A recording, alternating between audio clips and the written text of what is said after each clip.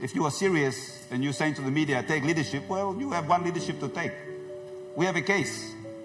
A person's innocent until proven guilty. Well, let's demonstrate that we are serious.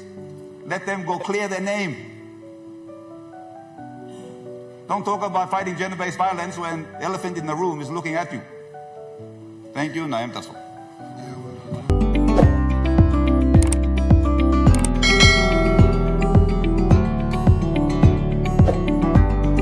Member for Madang. Thank you, Mr. Deputy Speaker. I'd like to take this opportunity to contribute to today's debate on an important issue of gender-based violence.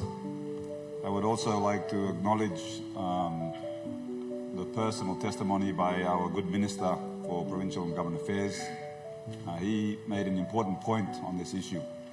We have been giving speeches talking about people outside being perpetrators, but there are many perpetrators in this House and have been in this House and will be in this House for years to come. That issue we seem to be forgetting. And he is the first Member of Parliament on record to actually share his own experience when he was a young man and the regret he had in a domestic altercation with his own late wife. I'd also like to acknowledge the testimony shared by the Governor for Jiwaka on the same issues that concerned his own family member, grandson being a perpetrator. I'd also like to acknowledge the comments made by the member for Wabag and his efforts in dealing with gender-based violence. This issue is a very complex issue. There is no solution, there is no one law will solve this issue. Actually, we have sufficient law to deal with gender-based violence and many crimes in our country. New laws is not the issue. While new laws can improve addressing this issue, right now there is sufficient laws to take appropriate action. The problem is, we don't have enforcement. That's the problem. We don't have sufficient officers that are being supported to address this issue. And having previously had the opportunity to serve as a reserve member of the PNG Constabulary in 1990s with then the current Deputy Prime Minister and I think the member for Fisheries, Minister for Fisheries, I had the opportunity firsthand to see how complex this issue, gender-based violence, where you sign on duty, go before the police station, and then you have members of the public coming to file their complaint. Many women, victims of their gender-based violence, where the perpetrators are their own husband. And I've seen firsthand where officers say, something lo marit, you blow straight in past them. When you've been trained to say, even though something lo marit, there's a crime. You register the crime and you follow the process of the law. Regardless you marit or you tambu or you wear. The law applies to everybody. So there were many times that I was questioning even my fellow officers, why do you mean arrest him? And some of them shared their experience, which is something that can't be ignored. They said, me plus arrest him, time lo come court, maybe belong him less log him evidence. Me plus hard work, sit down, write him over the statement, prepare the file, go to court, no got witness, em less lo kalabus man belong him because em talk man belong him go to kalabus, then usad by look out to me. Em yet walk, me belong a fortnight. So they withdraw the charges. And this is an issue many members in blue or our officers face. And it's a problem. There's no simple solution, you carry law, come administrative. These are issues that many ordinary Papua New Guineans do not understand. The other complex issue of gender-based violence, that it involves the very people that we love and care and share and trust. You know, Manro Street come na Brookie House na Paitim you or Barav you na you can kalabusibim. The very people that raised us, the very people that care for us, the very people that you got married to, had kids with, line. It involves them, family. You know, a simple issue. There is not clear, some criminal broke in your house, namila kalabusmen, or empaitim you namila kalabusmen, or raping you namila kalabusmen. This is a complex problem that needs complex solutions.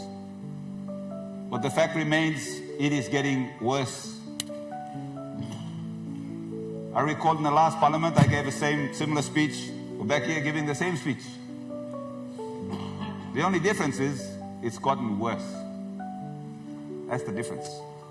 And it'll continue to get worse. If we can't even hold ourselves accountable in this parliament on this issue, then how do we expect to hold other people accountable? So yes, this issue concerns even our own members of parliament. Some have taken the correct and appropriate decision to even stand down on this issue and defend themselves in the court of law. As the law states, we are innocent until proven guilty. And we have others where our Prime Minister has to stand them down. But later, after a few weeks and months, somehow they go back to the same position again. So why are we telling the people when we come here and say we have to show leadership when we are not showing leadership? Leadership starts here. No one man innocent losin. None of us are innocent for sin. The question is, what do you do after you commit the sin?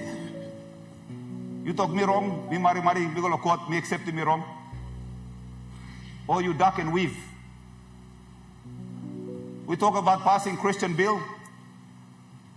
I mean, really? I mean, it sounds good. But where's the practice of our Christian values and principles? Easy to pass a law. So we're going to be back next year. We want to talk about the same issue because we don't have a plan. We're not holding ourselves accountable to start with. We're not holding our colleagues accountable to start with. We're not holding our constituents or family members accountable to start with. So we're just here to give lip service, speeches that mean nothing. We have a deteriorating police department that didn't just turn up yesterday. So I understand the minister faces challenges. Even when I went in there a short time to see firsthand, it was very difficult to find good officers. And even if you did, they said, well, we never had good sergeants. We never had good commissioners. This is how we inherited the force. So what do you expect us to do? So I hope from today's discussion and debate and testimony shared by our fellow members and ministers that we don't come back next year and present another report and give another prepared speech, that we actually have a proper debate and a plan. The government is in charge. Opposition, we're not in charge. We can't come and say, here's the plan, people are being. You're in charge, so you are responsible. And our job is to hold you responsible. When you do the right things, we acknowledge you. When you do the wrong things, we hold you accountable. So can we bring a plan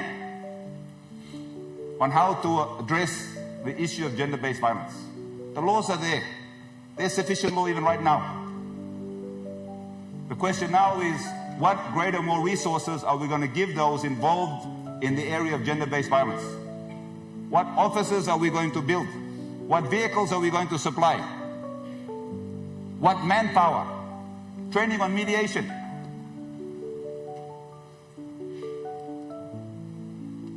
Because the ongoing issue of gender-based violence is that it involves people we care about. And sometimes they are not in a position to hold themselves accountable. And then you're going to need mediation. Gender-based violence is a crime that has been repeated over years and years and years. You know,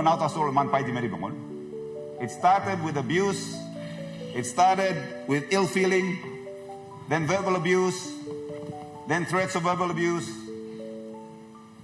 and then violence, and then sexual violence.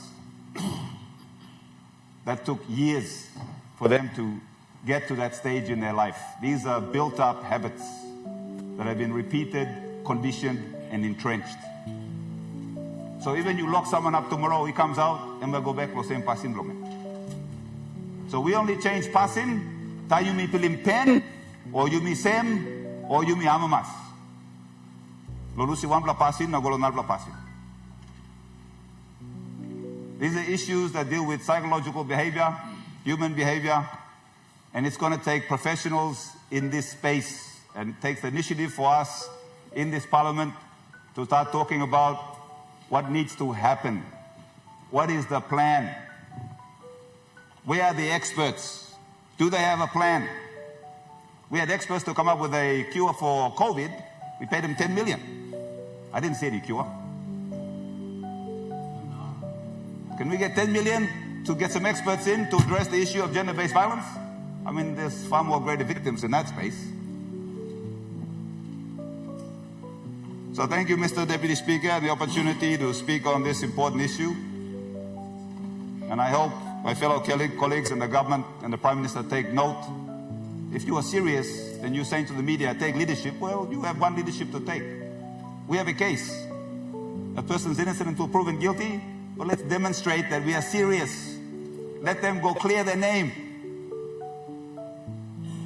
Don't talk about fighting gender-based violence when the elephant in the room is looking at you. Thank you, and I am Tasso.